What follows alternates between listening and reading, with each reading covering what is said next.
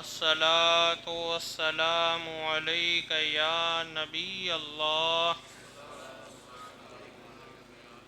صلی اللہ تعالی علیہ وسلم۔ جیسا کہ کل میں نے کچھ باتیں آپ کے سامنے رکھی تھی، اس میں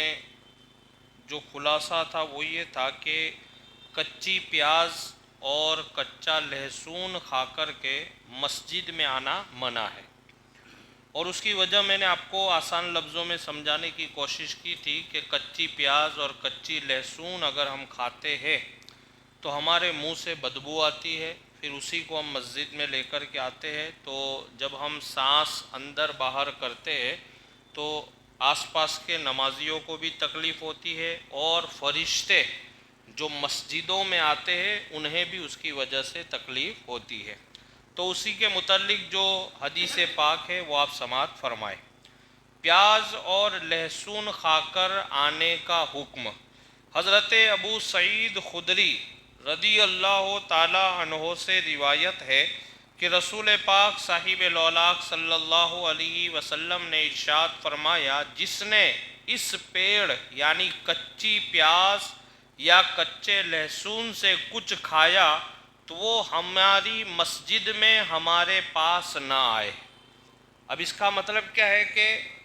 پیاز اور لہسن کچا کھا کر کے مسجد میں آپ نہ آئے، کیونکہ آپ کی وجہ سے دوسرے نمازیوں کو بھی تکلیف ہوگی، اور جو فرشتے مسجدوں میں آتے ہیں ان کو بھی تکلیف ہوتی ہے۔ اور اگر مان لو آپ کو کھانا ہے پیاز اور لہسن وغیرہ تو اس کو پکا کر کے آپ کھائے، جو عام طور پہ ہمارے گھروں میں پکتا ہے وہ پکا کر کے ہی کھاتے ہیں، لیکن مان لو کبھی اگر کچا پیاز وغیرہ کھائے، جیسے ہم لوگ کھانے وغیرہ میں یوز کرتے ہیں بہت سارے لوگ کچا پیاز،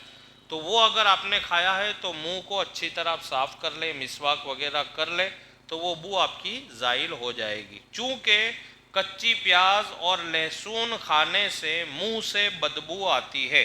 اور رسول پاک صلی اللہ علیہ وسلم کو اس کی بو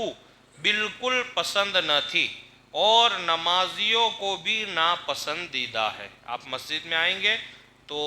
آپ کے پاس میں جو نمازی بھائی ہوں گے ان کو بھی تکلیف ہوگی، لہٰذا ڈائریکٹ کھا کر کے آپ نہ آئے، کھانا ہے تو پکا کر کے کھائے، اور پھر بھی احتیاطاً آپ منہ وغیرہ کی اچھی طرح سے آپ صفائی کر لیں۔ لہٰذا کچی پیاز اور لہسن نیز سگریٹ بیڑی وغیرہ کے استعمال کے فوراً بعد مسجد میں نہ جائے۔ پیاز کھایا ہے، لہسن کھایا ہے کچا، اور اسی طریقے سے آپ نے سگریٹ اور بیڑی وغیرہ اگر آپ نے پی ہے تو فوراً آپ مسجد میں نہ جائیں۔ آپ کو عادت ہے تو آپ نماز سے اذان سے کچھ دیر پہلے پی لیں، اور احتیاطاً منہ وغیرہ آپ اچھی طرح سے صاف کر لیں، تاکہ جب آپ مسجد میں آ کر کے قرآن پاک کی تلاوت کریں تو جو فرشتے آپ کی تلاوت سننے کے لیے آ رہے ان کو کوئی تکلیف نہ ہو، اور جب ہم سانس اندر باہر کریں تو ہمارے اڑوس پڑوس کے نمازیوں کو بھی کوئی تکلیف نہ ہو۔ تو یعنی اگر مان لو یہ چیزیں ہم استعمال کرتے ہیں کہ جیسے کچی پیاز کھاتے، کچا لہسن کھاتے، تو آپ کے لیے از حد ضروری یہ ہے کہ آپ مسواک وغیرہ کر لیں۔ پکایا ہوا ہے تو اس میں بدبو وغیرہ ختم ہو جاتی ہے، لیکن بیڑی سگریٹ وغیرہ اگر آپ نے پیا ہے اور مسجد میں آنے کا وقت ہوا، نماز پڑھنی ہے، تو اس سے پہلے آپ اچھی طرح سے منہ کی صفائی وغیرہ کر لیں، یا کوئی اور چیز ایسی استعمال کریں کہ جس سے ہماری منہ کا جو بو آ رہی ہے وہ زائل ہو جائے۔ حضرت